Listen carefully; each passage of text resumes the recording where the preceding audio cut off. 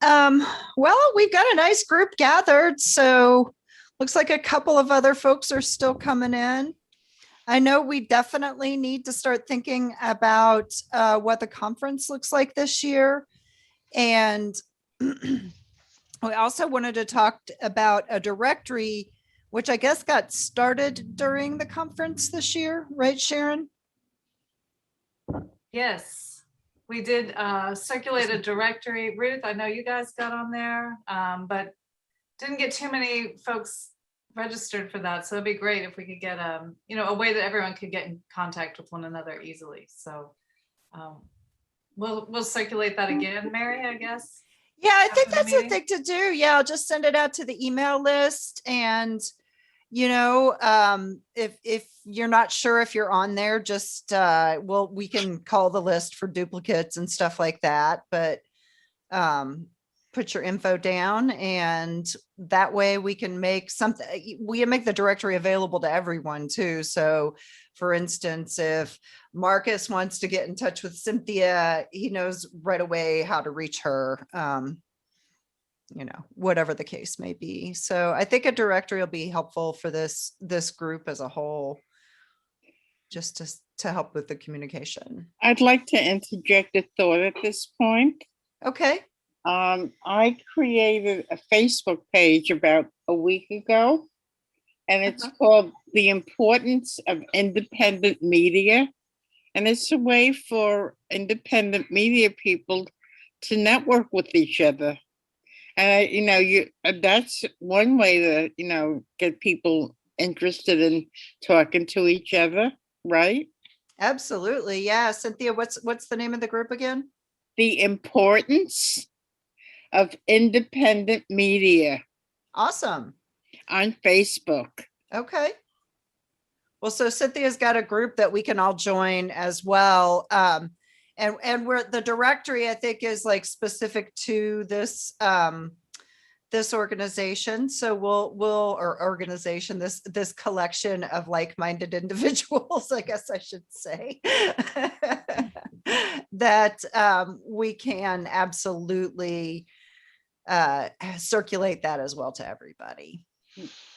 Because everybody's doing their own show and everybody does their own thing, but I'm kind of new. I started at WCAA in Albany doing a show a little over a year ago, so I really don't know, like, if people do interact with one another, if people just do their shows, put it on audio book. But I think independent media is so important and so powerful that by joining forces, by sharing ideas, it could be a force to be reckoned with. Mm-hmm. Absolutely. I think that's why we're all here. So it's so great to see everybody. It's cool to have these monthly meetings. For those of you who don't know, this is something that grew out of the virtual GRC conference that was in 2020.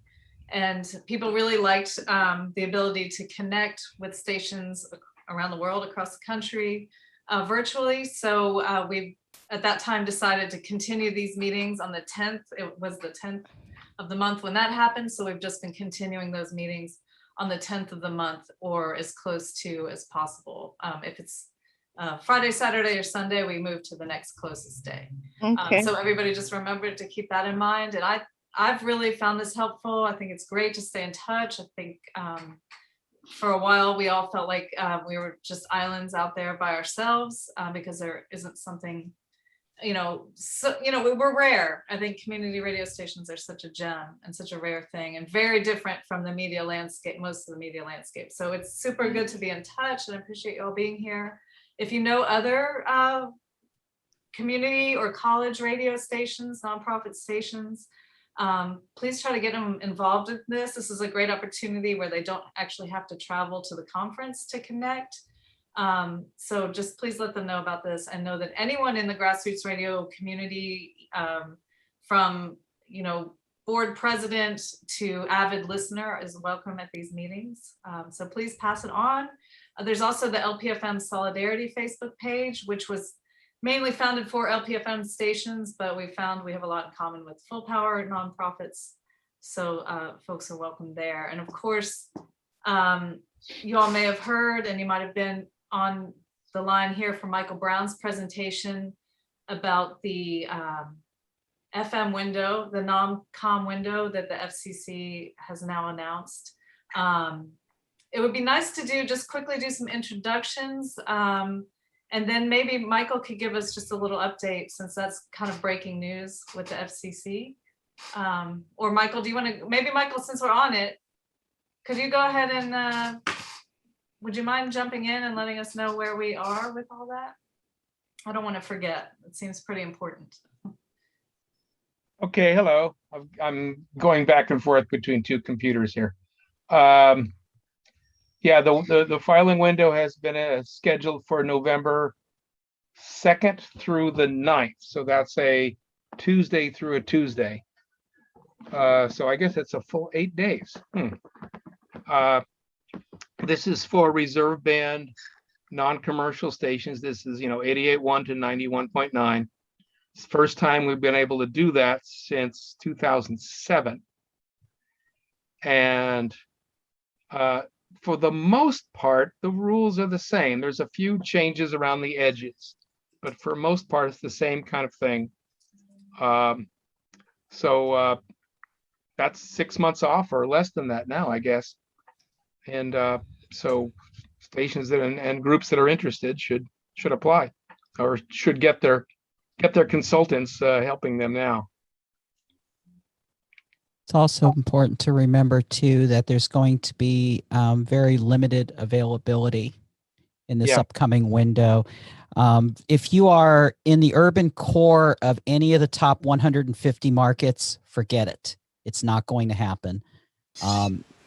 It just does not look like that's going to happen. There might be a couple little small places, but overall, from the big picture, it doesn't look good for those areas. This is mainly going to be a rural initiative. In the full power world, bigger is better.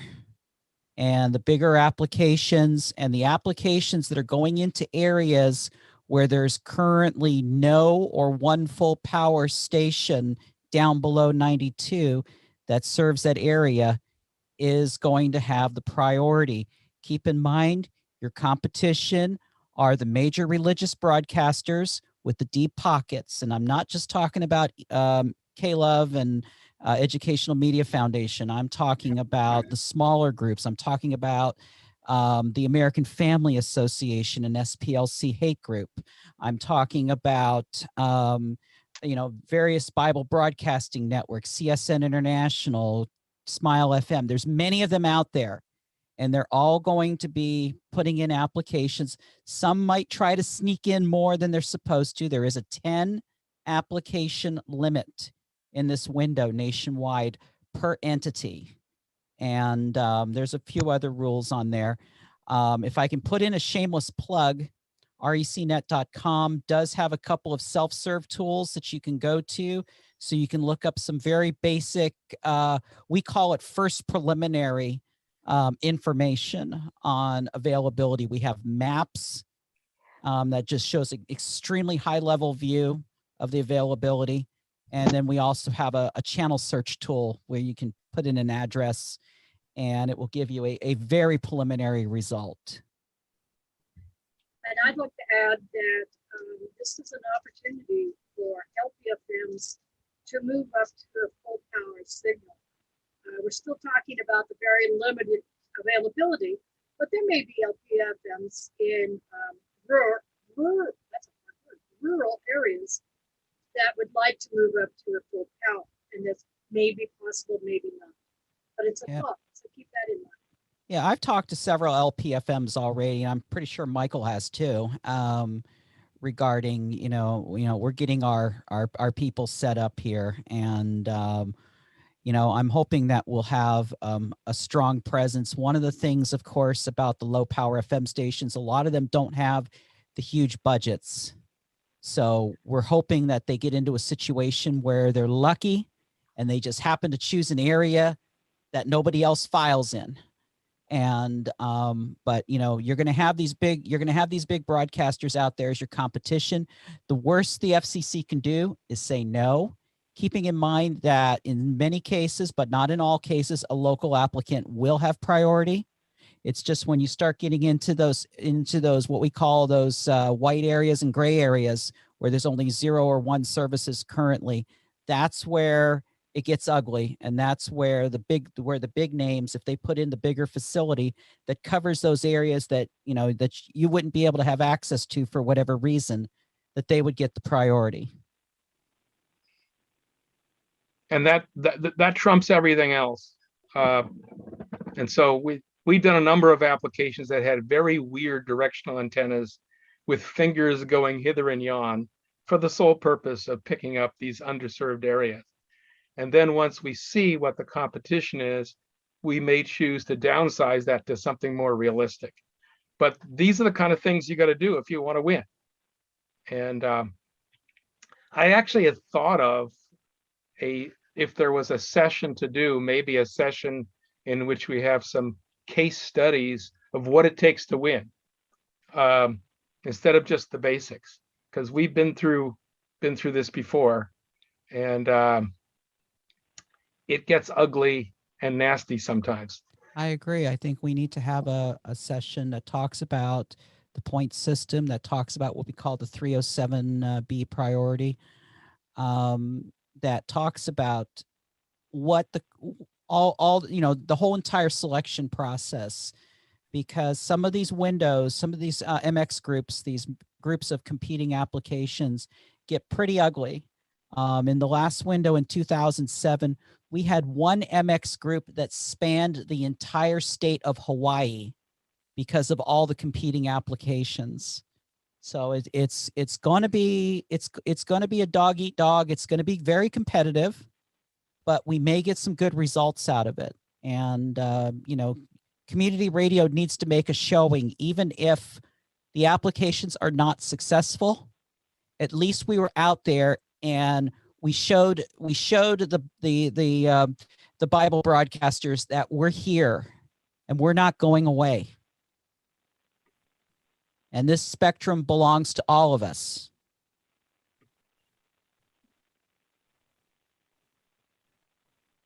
Right on. No doubt, you guys. Please put in the comments, Mishi, Michael, anyone else that might be able to help folks find out if there's spectrum in their area. Maybe put your link or your email or something in the comments. Okay. But I'll turn it back over to Mary. Maybe, Mary, we could start with some introductions and even get into talking about some more of this. But I think that's maybe we have our first session, even though the conference might be getting kind of close to the window, but Yeah. a session on what it takes to win sounds like a great idea. Absolutely. I was going to start with an introduction, and I thought it could be kind of fun this time just to share something that you did that was fun in the last couple of weeks. Could be related to or exciting or interesting, related to radio, or some kind of feedback, or something special that happened with your station, whatever. I thought that would be kind of a fun way to start it off tonight. So I'm Mary Yates, and I'm with WXOX in Louisville, Kentucky.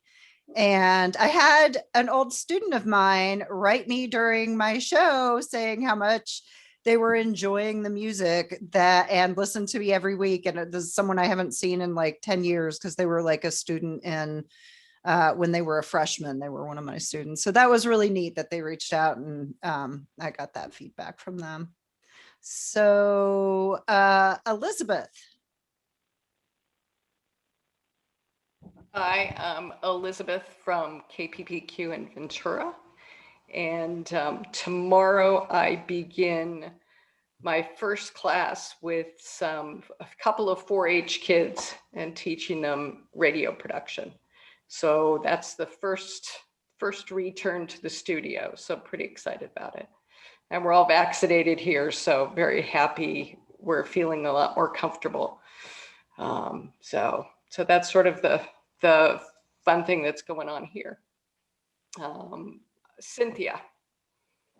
I'm kind of like pretty new. I met Sharon when Sharon came to Albany. I broadcast out of WCAA in Albany, New York, and I do a show called Focus on Albany. And everybody in the city knows me because I cover like, political campaigns and events and people that are, movers and shakers in the city. And I love what I do.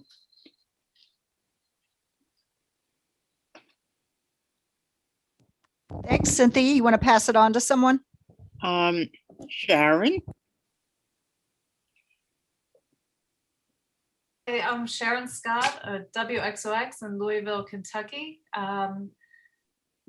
Yeah, we are gearing up, I think, to our next phase of opening back up our radio station, which is exciting, having been closed. All of our DJs have been remote broadcasting from home, which has been very exciting and kind of a new phase for us that the pandemic pushed us into that we never would have done if it were not for this horrible thing. So looking for the bright side. But yeah, we now have custom furniture, and we've totally redesigned our studio. So that's all falling into place, and it's very exciting. So so really just, not certain exactly when we'll open up again, but it's in the near future. So that's getting exciting.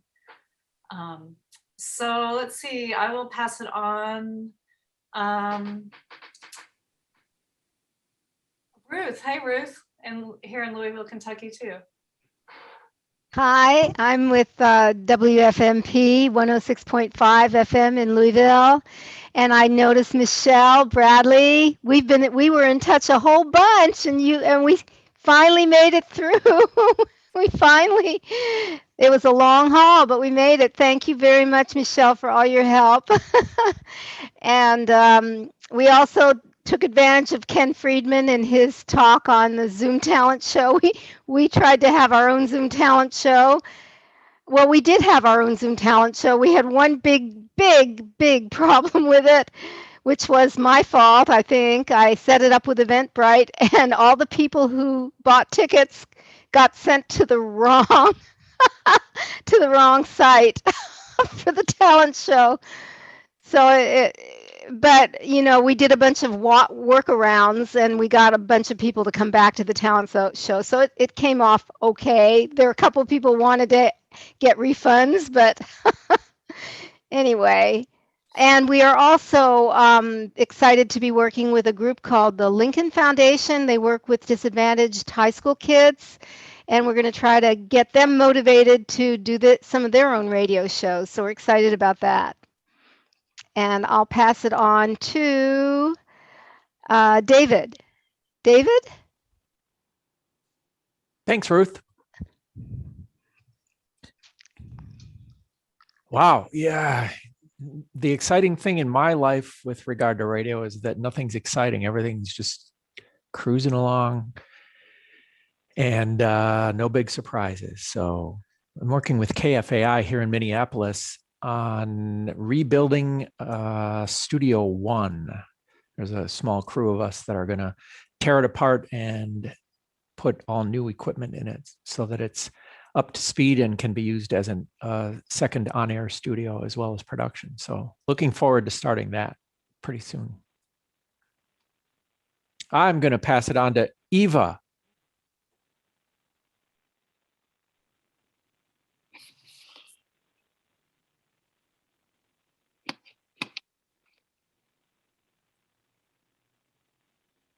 Maybe.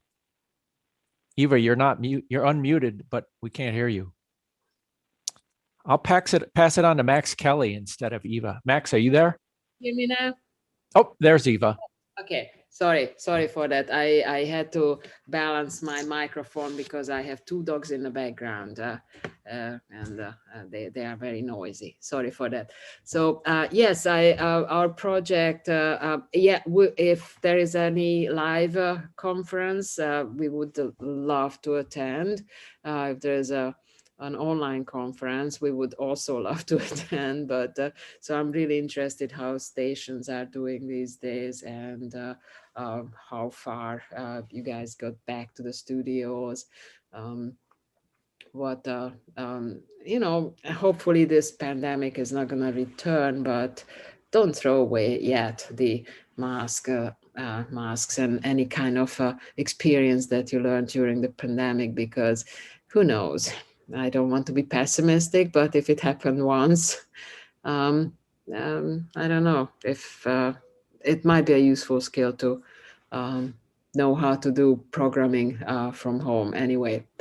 And we would, okay, by the way, I'm from Spinitron. If anybody is not familiar with Spinitron, we would love to support the GRC and each and every station.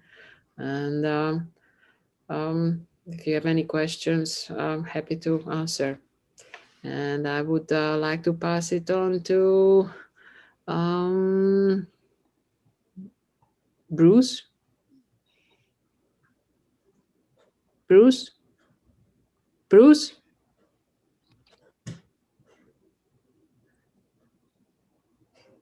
Bruce? I don't think Bruce is. I think he doesn't have a mic. I think he said Okay. that last time. So Yeah. I will pass on to Dane. Thank you, Davine. Hey, Davine in Asheville, North Carolina. Yep, Davine. Yep, sorry. And all is well here. We don't have anything exciting either, which is good. Everything is going along smoothly. And a lot of our show hosts who have been recording at home have gotten used to it and really love the convenience of it. It gives them the opportunity to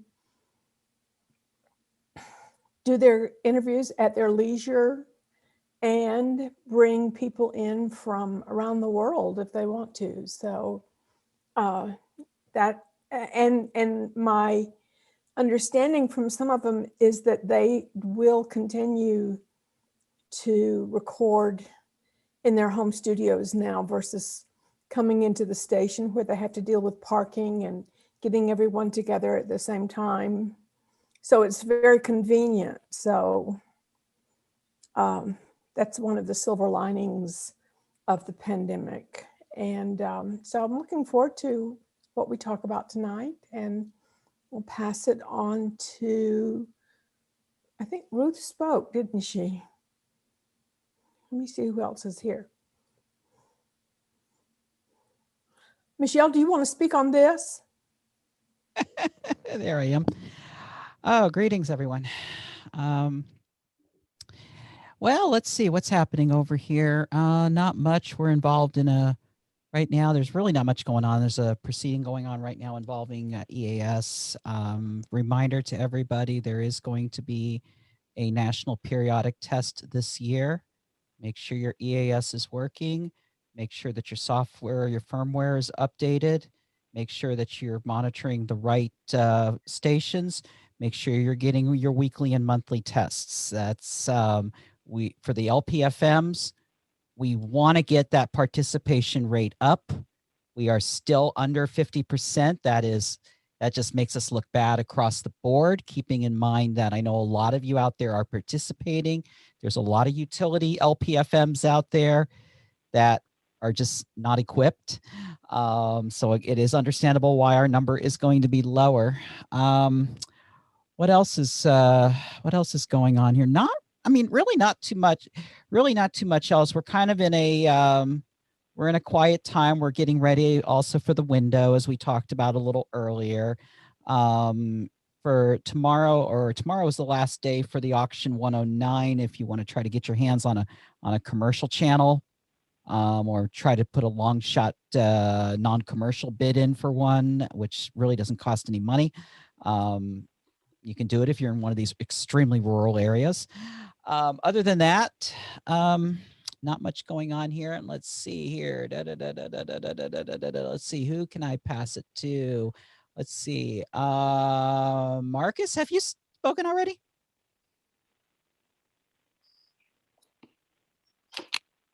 You're muted or something. I can't hear you.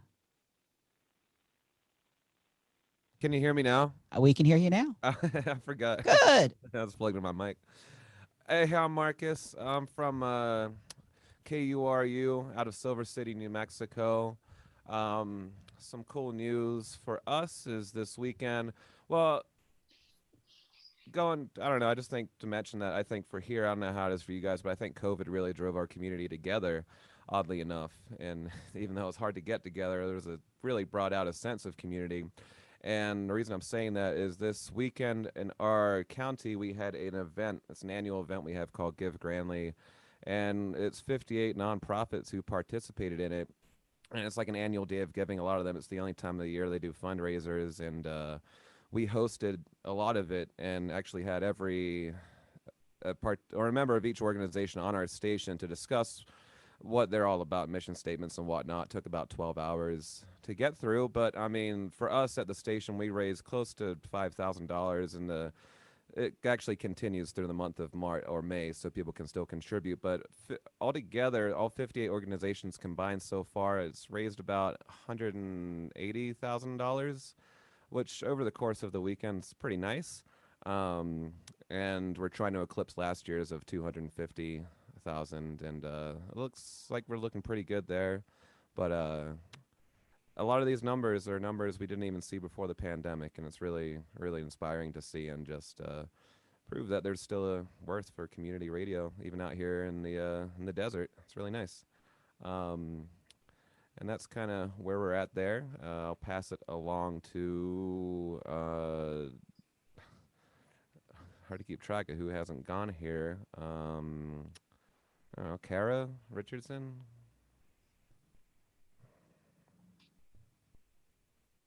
Hello, I'm Kara Richardson. I am a DJ at WXOX, and I'm sitting here in Parallel Universe, my little DJ booth. And I recently became station manager of 100.9 FM WXND, Extend to Sound in Louisville, Kentucky. And so that's all. It's great to be here, and I'll pass it to Betty. Can I just, Betty, before you start talking, can I just say, is Louisville like the LPFM center of the universe or something? Yeah, really. Seems like it, doesn't it? Hi, Yeah, I always thought Portland was. Oh, Okay, my turn to talk. My name is Betty Mcardle. I'm with Community Media Assistance Project in Portland, Oregon. The exciting thing for me, radio-wise, I'm on the board of an organization we have in Oregon called Oregon Community Media. This Saturday will be our spring affiliates meeting. The main thing that we're going to do is share stories of how the pandemic has affected our stations, what we've done, what they've done. I don't have a station, so what they've done to work around it or work with it, or how to make things work during a pandemic. And that's really exciting that we're all going to just be on the Zoom and share. Personally, what's exciting is my garden is looking fabulous. We will have vegetables galore. And the reason I look yellow is that the curtains next to where I'm sitting are yellow. So that's it. And with that, I'll pass it to Stephanie. Cool. Thanks, Betty. It's good to see you guys. Stephanie Schubert here from Pacifica Network. We work out of the KHOI community station in Ames, Iowa, in that building. And they're gearing up for a fundraiser. So this week's going to be hot. And and I'm excited because I just worked on a Mother's Day show with a band that did a tribute album to Hazel Dickens and Alice Gerard, the bluegrass pioneers, and that was an introduction to them for me. So now I've downloaded their music, and I have a playlist for the summer. And with that, I will pass it to, let's see, Max has not gone yet, has he? Let's go to Max. Thanks, Stephanie. Hey, everyone. Max Kelly here from WAYO in Rochester, New York. Good to see everybody and hear from everybody. As far as exciting things or new things going on, not a whole ton particularly. We're sort of in a weird spot right now where we're trying to decide what the next step is. We've had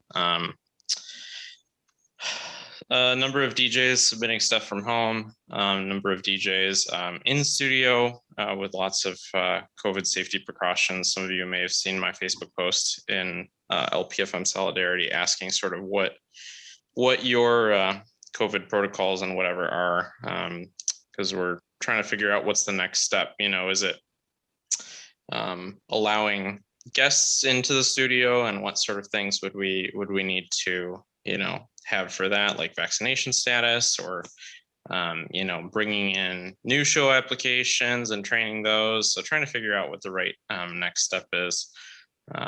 So I don't know if that's super exciting, but it's what's going on. Perhaps a more exciting thing, we got a voicemail a couple weeks ago from somebody who said that somebody tried to break into their house, or they caught somebody trying to break into their house, and as they were running away, they said, "Tune into my show on Wayo." So I've looked into it further. I guess this person was a guest on somebody's show at one point in time, and is a local prankster, trickster. So there you have it. Let's see. What's that? Likely story, Max. Yeah, right. DJs are out there. Wayo, home of criminals in Rochester, New York. Yeah. Shady characters over there. It was like Sunday night at like 11 p.m. and got a voicemail. Like, what the hell is this? Okay, we'll pass it over to, I want to say, has Elizabeth gone from KPPQ?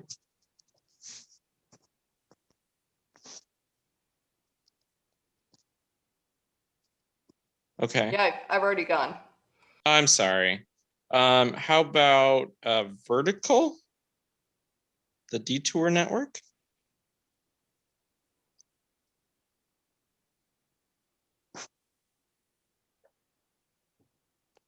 Okay. Oh, Anyone who hasn't gone yet? All right. Looks like everyone who's wanted to share something has. And now I guess we should get around, Sharon, to talking about the conference. That so we've got typically happens in the fall, or has happened in the past couple of years anyway, in the fall, correct? And do we know of any stations that are willing to host this year, or has anybody had any of those conversations yet?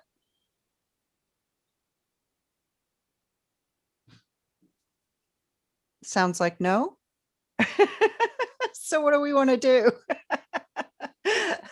We can certainly do another virtual conference. I think, I mean, when I say we, I mean, we as in this group of people can certainly do a virtual conference. I don't know if anybody wants to, yeah, Sharon, I guess. Oh, any further word from Mark Allen on New Orleans? Betty wants to know. I want a virtual conference. I do. I like it. We love it. Virtual conference isn't terrible. Sharon, was there any other word from Dr. Jerry? No. Okay. Not heard anything else on that. Okay.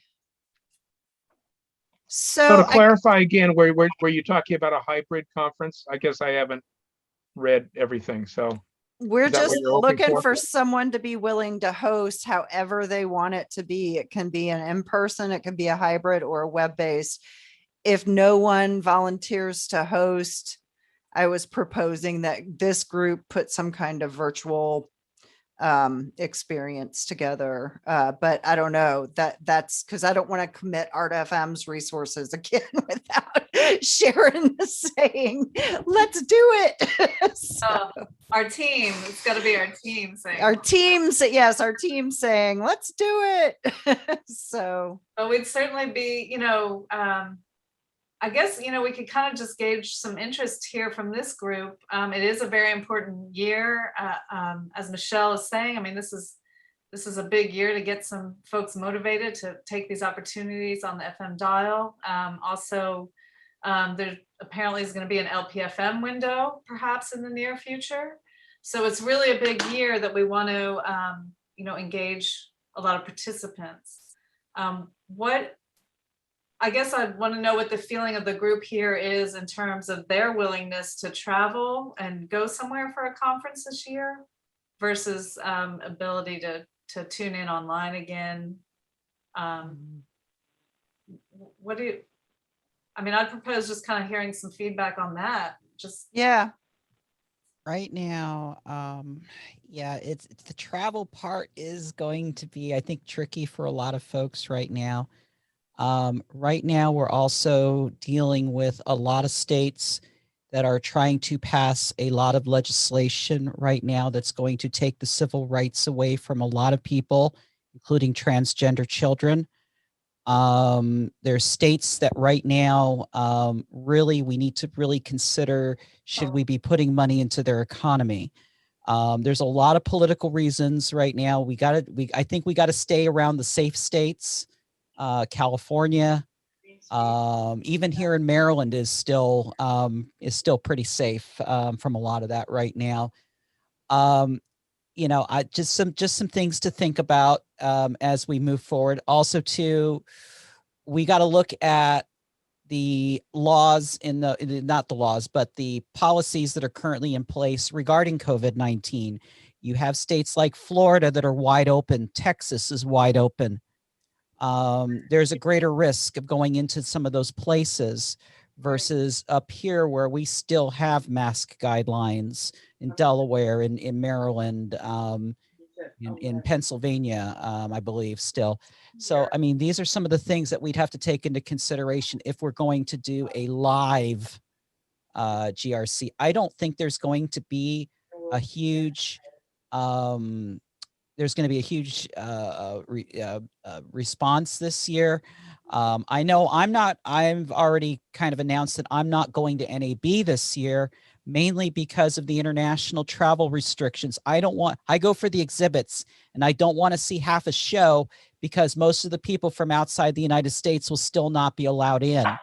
I just think it's still a little risky for travel this year. And we might be in a situation where we might have to go virtual again this year. And, it's something we've got to, really take into consideration is we need to put the health of all of us, into consideration. And I think a lot of folks are still recovering. Your stations are recovering from the losses in the underwriting losses and such from COVID. And that's something else to take into consideration. Stations may not have the travel budgets this year like they might have had in the past to go. So I think we need to sit out this year, but do something really good next year. I know there's a lot of excitement this year because of the window and because of the potential LPFM window. The first GRC I went to was in Urbana at WRFU back in 2009. This was 2 years before or so, or a year or so before before the LPFM windows were announced. No, it was later than 2009, but it was right before the LPFM window was announced, and there was a huge turnout, a lot of excitement, and I'm going to need to work with acting chairwoman Rosen Warsel to see where LPFM is right now on the timetable to see if we can get that ahead. Former Chairman Pai has said, yeah, there will be an LPFM window that will come after NCE. We don't know how long after NCE it's going to come, but we definitely have this November window in stone. And we're already, and the commission, REC, Mike Brown, Prometheus, whoever else is working on this, we're all gearing up for this right now. So there is going to be some excitement in the air. Unfortunately, like I said, a lot of it's going to be rural. So what better way to reach out to the rurals than, well, for some of the areas that can't get it, but broadband. That's a totally different issue altogether. You know, I really think that maybe I think we need to have it virtual this year. That's just my opinion. Davine, you had your hand up. Yes, I concur on the virtual because of all the people who are not getting vaccinated in the world and the variants that are developing. And so I don't think we're anywhere near out of the woods yet. I would suggest that maybe people who are interested, stations who are interested, could do a subject or a topic. I'm not so sure that it would be that difficult for us to present something from North Carolina and maybe someone else presenting something from Arizona or wherever, using the virtual tools that we have, so that it doesn't necessarily fall all on one station. And that's just my thoughts. Okay, Michael? Yeah, I agree. I'd say sounds good. Now, I wanted to ask, traditionally, the GRC conferences have usually been in the summer or the fall. So we have the NCE filing window in November. LPFM is likely next. If we had an in-person GRC in the spring, we probably would have it before the LPFM window would happen. So I guess that's what I would say is do virtual this year, but perhaps consider it in person in the spring and try to aim for that, which means you got 2 conferences in a 7 or 8 month period. I don't know if that's a detriment or not. On the other hand, a lot of us are waiting very anxiously for the time that we can all get together again. So I think that actually might be quite successful, but don't wait till the fall to do that. And yeah, decentralized sounds like it could work.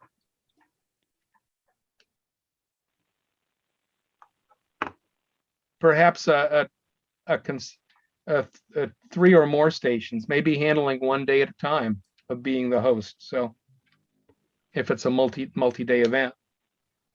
As far as seasons goes, I would have to see what the other conventions are doing for 2022 to see where we can squeeze in on the calendar. You know, we don't want to do it at the same time that, you know, somebody else is going. So otherwise you may not have the same people there, especially if you're going to try to attract exhibitors.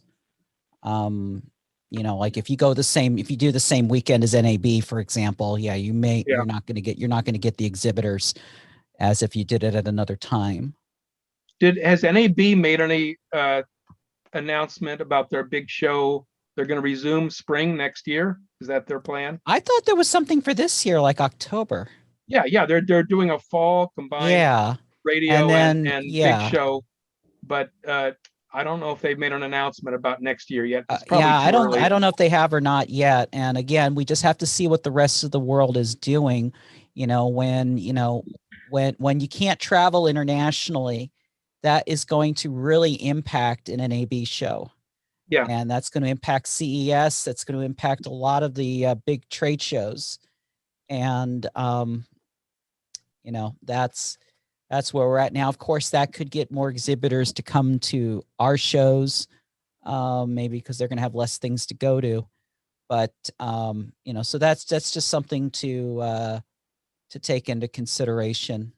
There are at least 50 separate conferences that piggyback onto the NAB historically. Yeah, the usually in the broadcasters. days before it. And I've often wondered whether do you want to get together in Las Vegas and Yeah, piggyback you know, I mean, piggyback 3 days ahead of yeah. I mean, we could have an LPFM, you know, mini meet at NAB.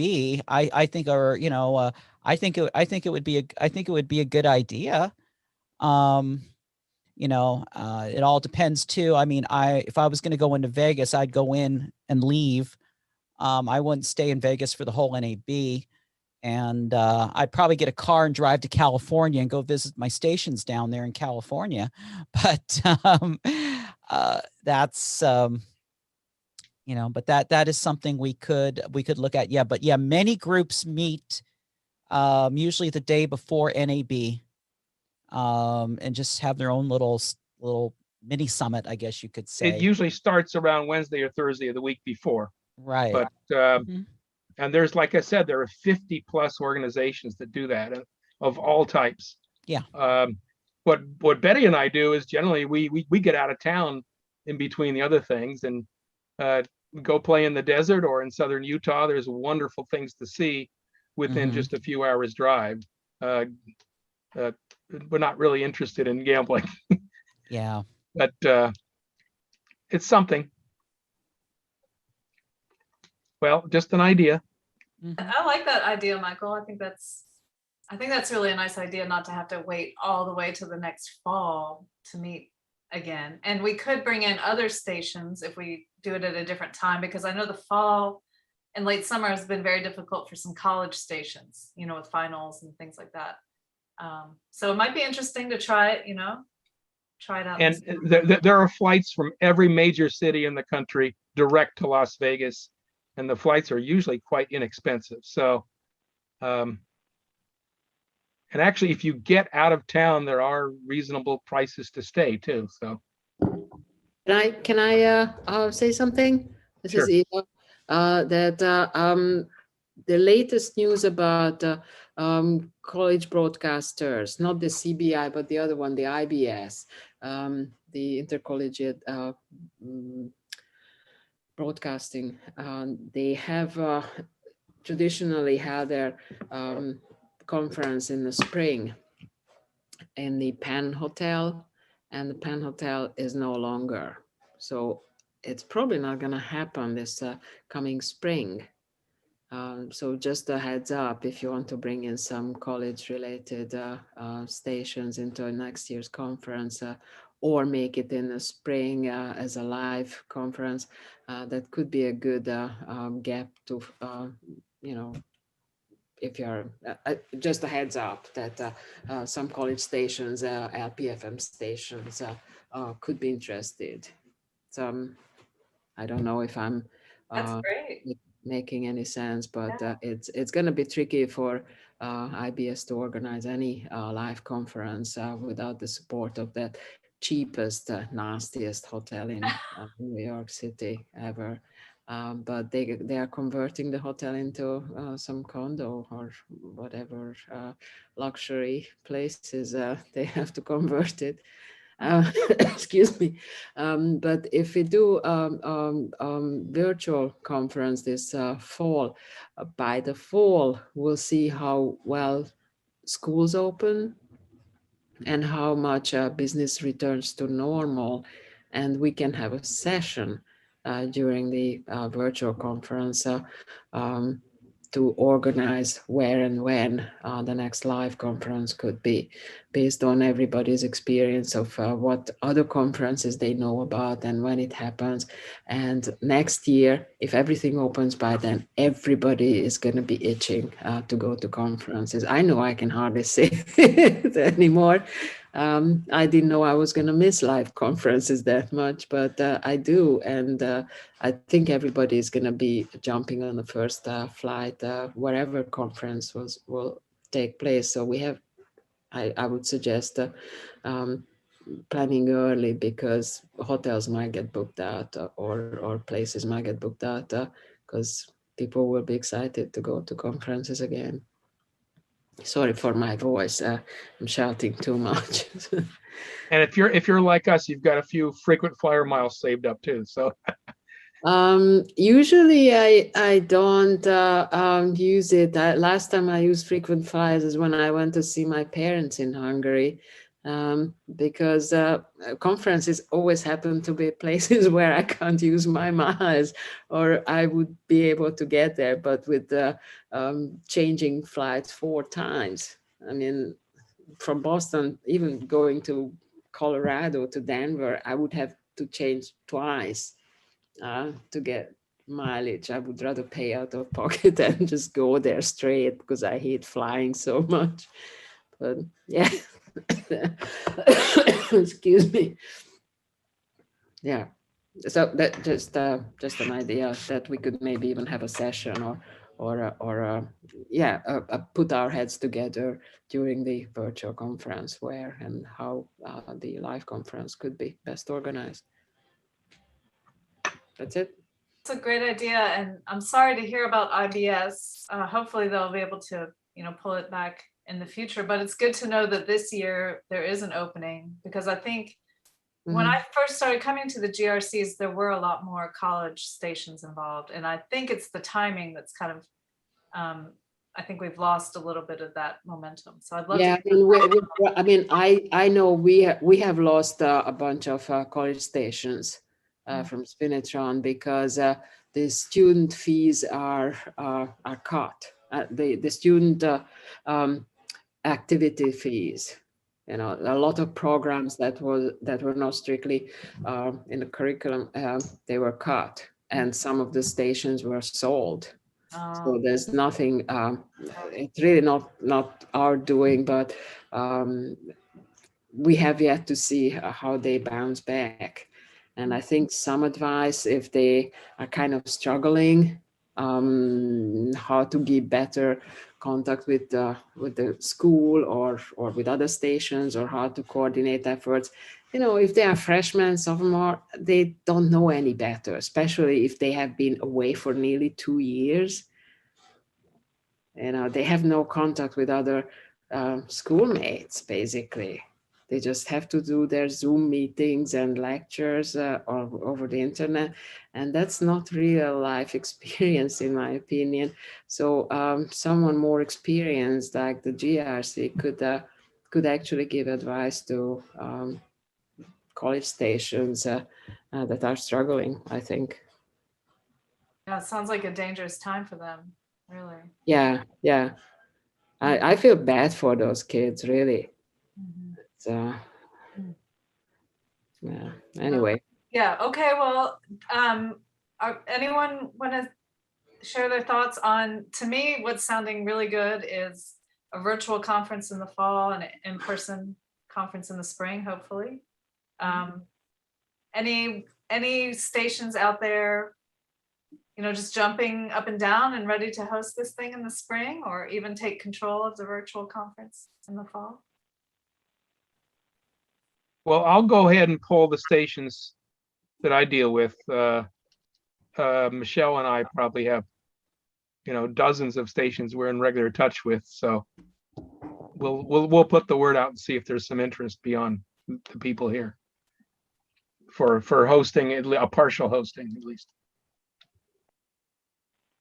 At one time, the Boise NCE station had some interest, but they hired a new manager recently. I don't know if that's still the case. I'll check with them. That would be cool. I've been following them. They seem like, have a lot of great energy out there. That'd be really cool. Mary, we should follow up with Dr. Derry too. Okay. Yeah. See if they're.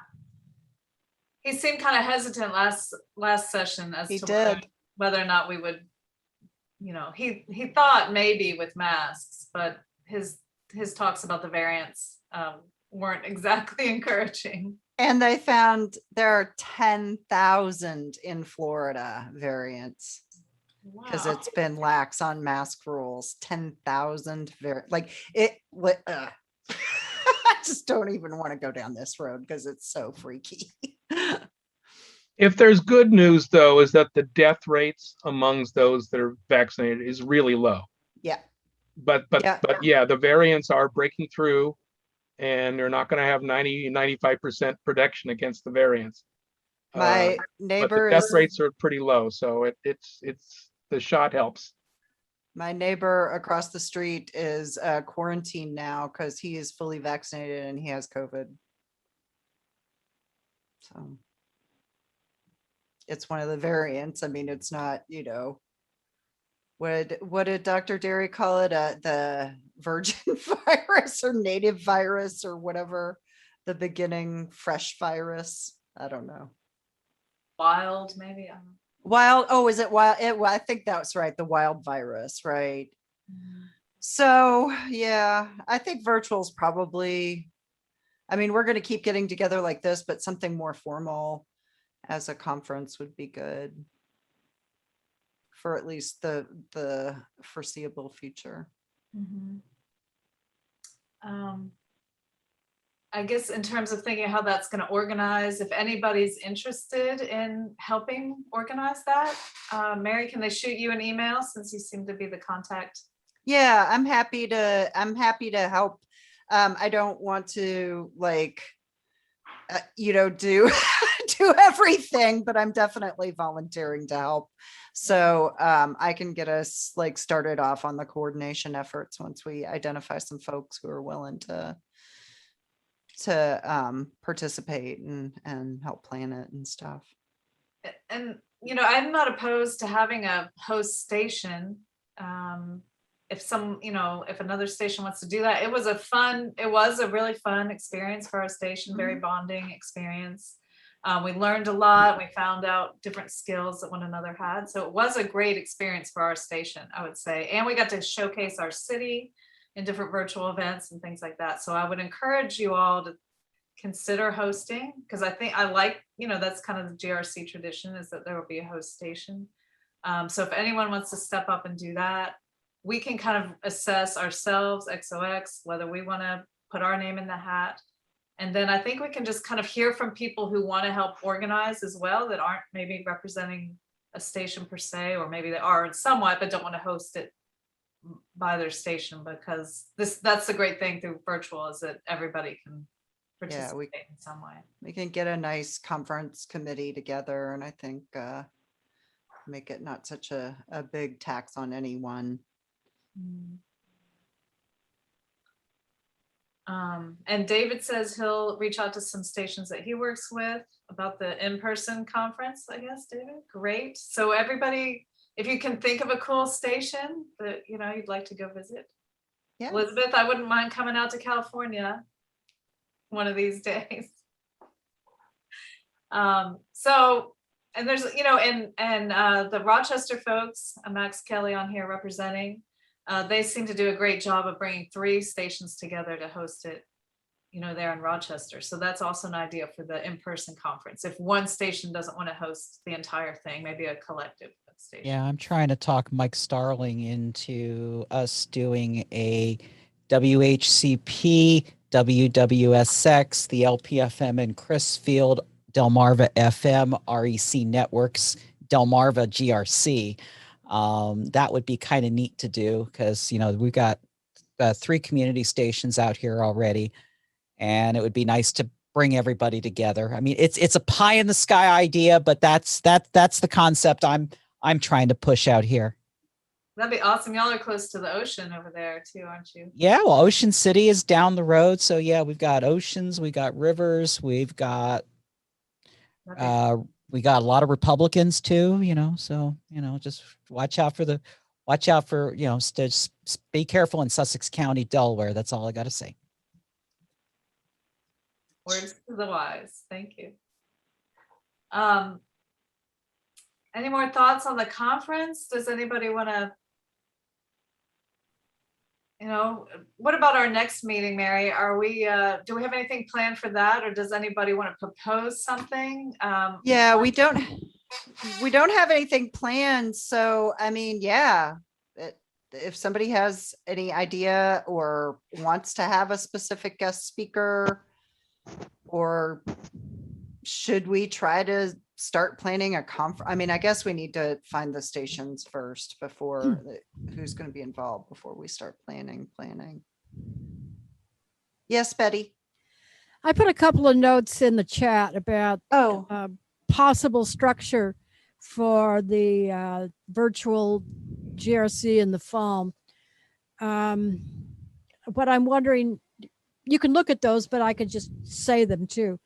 If WXOX hosts that GRC, how can those of us on this call help you? And can you charge enough to compensate your station for the drain on your resources? As to the structure of a virtual GRC, we might consider a variation on Al Davis's suggestion to not have several hours in a row of Zooms, but break the content into several days. And I just made a note that an NAB spokesperson said they will have the convention in Las Vegas, April 23rd to 27 in 22. Okay, so they're going back to their normal schedule is what the plan is. But it's very true, what Michelle, what you said about the international. Most of the world is behind us in vaccination.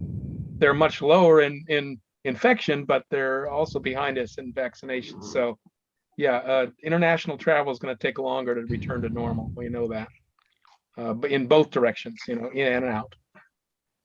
So, which really puts a crimp on CES in particular. CES is a lot of Asian, in particular, manufacturers and exhibitors. And Japan right now is very behind the curve on vaccinations. I think they're just getting to the 65 and overs now. It's pretty. We're a dangerous place to go for them. Yeah, well, that's why there's all these travel bans right now, and they we can't travel to Japan right now. They can't come here. There's a huge movement going on right now to cancel the Olympics in Japan. So yeah, there's a lot going on out there right now. Betty, to address your question, it's been such a crazy year. We have not even really sat down as a station to consider if we could host the conference again. And Mary and I were talking earlier.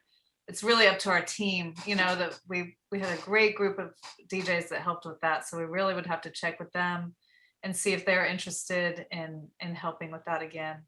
And I think in terms of resources, yes, I think that it is possible to charge enough to compensate whatever host station, whether it's us or another station. I think there is, an opportunity for the station to make some money in exchange for hosting the conference. So as an incentive to other stations that might be interested. But I think we should, let's take names. If you're reaching out to stations that are, about the live conference, we may as well ask them if anyone's interested in hosting a virtual conference, I think. And let's collect some names, and then maybe we come back in April. I mean, where are we? May, June. Come back in June and decide if we're going to have just one station. If there's multiple stations that want to, decide which one, or if we're going to make a collective of stations, or if it's going to be kind of a group collective effort here, and see how many people in this group are interested in helping organize. Hey, Sharon, would it be helpful if I took like a form and just said, hey, are you willing to help? And I'll put something together. We can send it out at the same time as the directory, maybe. Yeah. Would that Yes, be helpful? absolutely. Yeah. Okay. Great. And we can kind of collect people's skills there too, maybe what they're willing to help with. Okay, great. Okay, cool. Well, we'll make something happen. But I think the spring would just be lovely to see everybody's faces again. On a personal note, I don't think I'm going to be ready to travel by the fall. I hoped I would, but I don't think I will. But the spring, I'm feeling hopeful. So that would really be phenomenal if we were able to get together at that point. But we want to watch out for NAB, so we don't want to do it at the same time as NAB, unless, of course, it is in Las Vegas. Is that what I'm hearing? If it's in Las Vegas, we're going, and what happens there stays there. Yeah. Well, Yeah, what most of the organizations do is they is they piggyback at least the core of their gatherings just before or just after, usually just before the opening of the exhibit floor. And so, and they might have evening things, mostly social, during the NAB, but the core of their mini conferences are usually in the, the 2 to 5 days prior to the exhibits opening on a Monday. So they might get together on Friday, Saturday, or something like that, or Thursday, Friday, Saturday. Yeah. Well, and one thing got to take into consideration too is the room rates. Yeah. In Vegas, the and the resort fees and all that other crap they tack on there. And really, how many of our GRC folks are going to be going to NAB? I know Michi and Michael go, maybe David. But really, I don't think a lot of folks do, especially since NAB leaves a nasty taste in a lot of people's mouths where NAB and LPFM are spoken in the same sentence.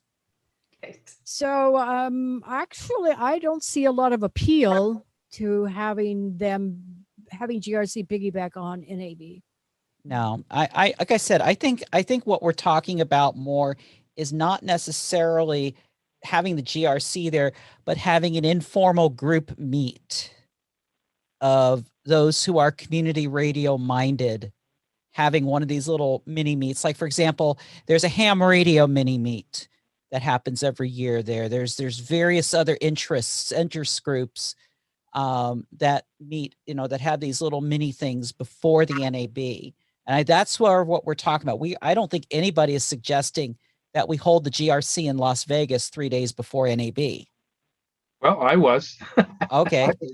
And actually, the before, on those days, the rooms are cheap, and then they skyrocket as soon as you hit Sunday. Yeah. So, but if you get out of town a little bit, the rates are pretty reasonable, and on the other side of the freeway. Yeah, just go down to Prim or what the hell is that name of that town I used to stay at? It used to be the Gold Strike Casino there. It's not Prim, but it's the next one up. God, I used to go to Vegas all the time from Los Angeles, and I would stay there. It's at the Henderson? Not Henderson. No. Henderson. It's right along I-15.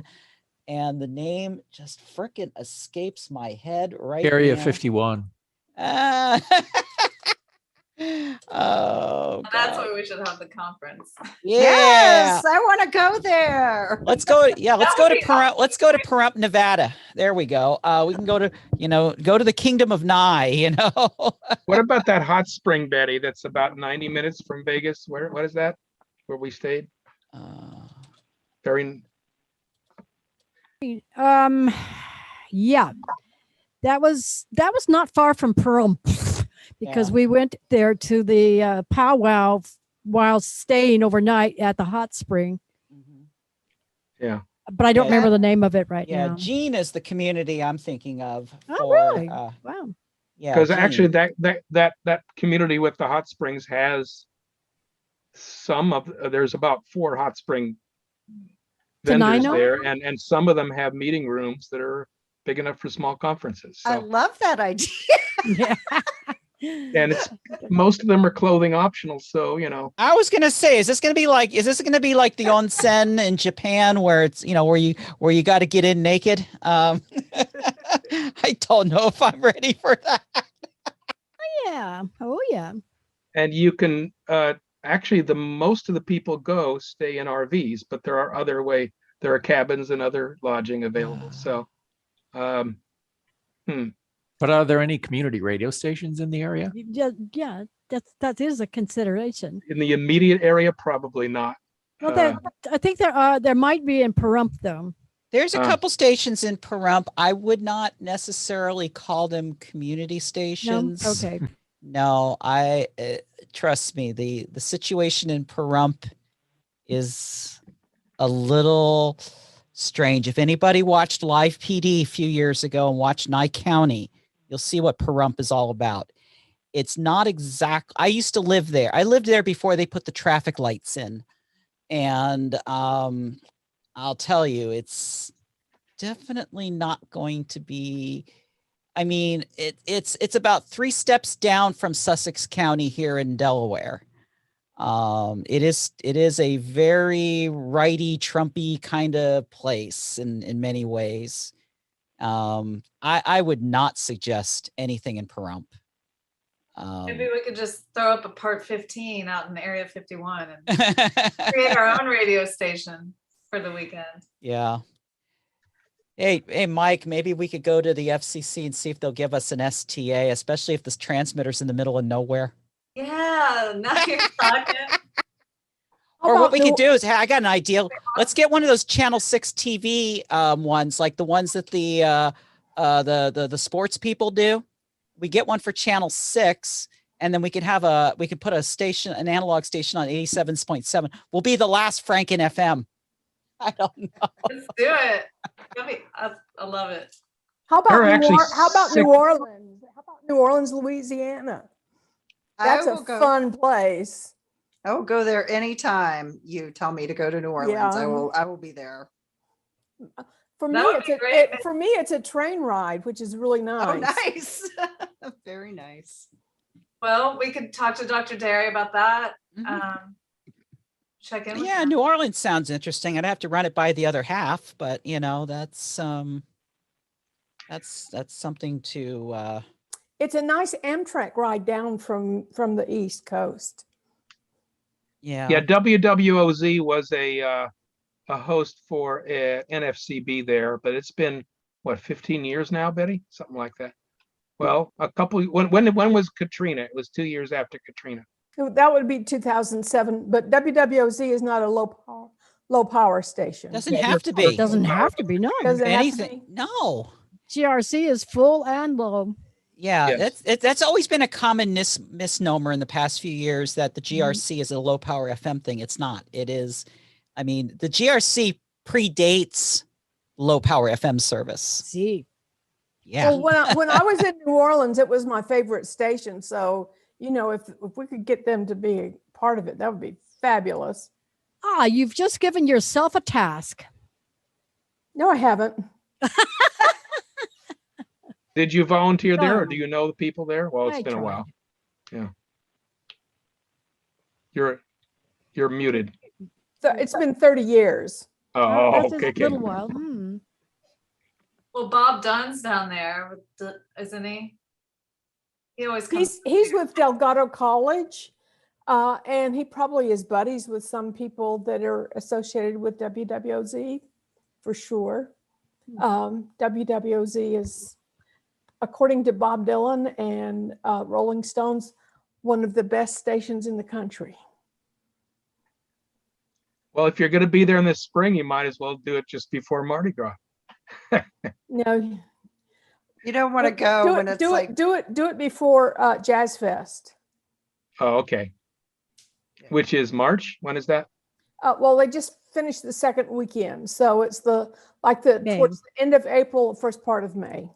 Yeah, Mardi Gras is in February or early March. That's a little early. it can be cold too. We know about when Mardi Gras is because we went there on our honeymoon Nice. many years ago. Ava, do you remember when IBS, when they generally hold their convention? They usually hold the first week of March. First week of March? Yeah, first weekend to make sure that students can stay in New York City for the weekend. They always squeeze some membership meetings on Sunday morning. Yeah, we also may want to check with Ernesto and see what plans, if any, NFCB is going to be having in the near future too, because we want to make sure we don't step on NFCB them. will be virtual this year in July. I'm thinking for next year. For next year, yeah, but they don't know it yet. Yeah. It's usually June or July. Yeah. Usually. Yeah. Well, we could. I don't know. I was thinking about it. We could enlist Ernesto as a help for GRC conference for either virtual or the in person. Ernesto is super helpful, and if he can help, he will help. that's all. I'm not promising obviously anything in his, but he has been very accommodating. I think he's a great person, so it doesn't do any harm to check up on with him. I think they could bring in some stations and some expertise and experience, and anyway. Yeah, rally the troops. I think that's where we are right now. So our homework is to, contact the stations we're in touch with. Yeah. And I'm going to create a form, and you can just, I don't know, Sharon, I'll get with you and maybe Kara and brainstorm what we think should be, like what questions are the right questions to ask. Sounds good. Yes, we want to find what everyone's talents are and see how we can use them best. But yeah. Great. This is lots of great ideas tonight. Thank you all. Yeah, thank you. And our next meeting is actually on the 10th, on a Thursday, June 10th. So if does anybody have any kind of closing business or anything before we head out? No? I would just, I want to real quick, just want to throw in that anyone who is a Pacifica station, be sure to every week they're meeting with Stephanie actually on the line here, has been hosting great weekly sessions for Pacifica stations, for station managers and station leadership. And that has been just a really great resource. I know a few of us are on here, and it's been a great resource throughout this pandemic, just to kind of, just talk and work out all the crazy stuff we've been through. So that's been wonderful. Stephanie, thank you for hosting that. There she is. Glad to have any of you stop by. And I want to remind everybody when it is, Stephanie. We have them on Thursdays, 3 p.m. Central.